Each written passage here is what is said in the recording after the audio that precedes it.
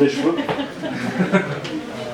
J'ai envie de rebondir sur quelque chose que Hugues a dit, sur personne ne nous tend la main, c'est ça?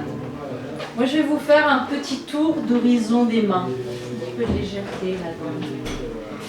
Dans ce merveilleux monde brut. Il y a des mains caressantes, qui même sentent le désir.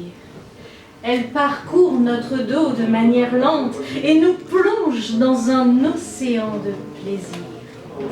Souvent chaudes et enveloppantes, elles savent dehors nous protéger du vent et dedans nous faire frémir en amorçant la descente de chacun de nos flancs.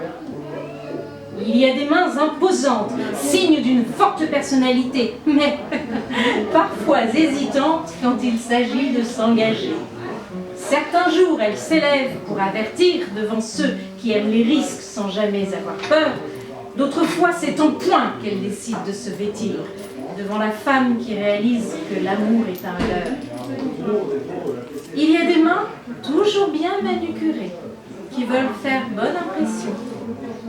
D'autres qui se présentent fatiguées de trop de labeur sous pression.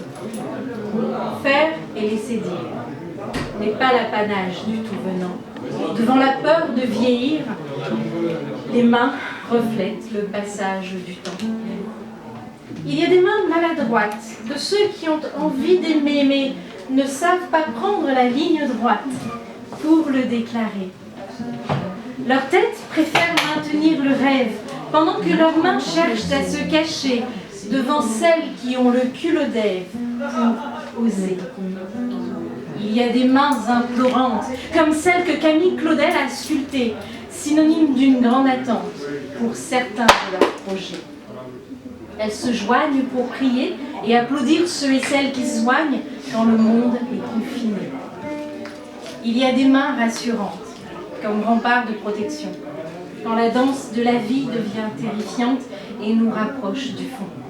Et là, sans besoin de mots, elles sont pour l'autre une présence qui maintient à flot quand la saveur du quotidien devient rance. Il est souvent intéressant de porter une attention aux mains que l'on nous tend avant qu'elles ne disparaissent pour de bon, car elles ont souvent un message du temps.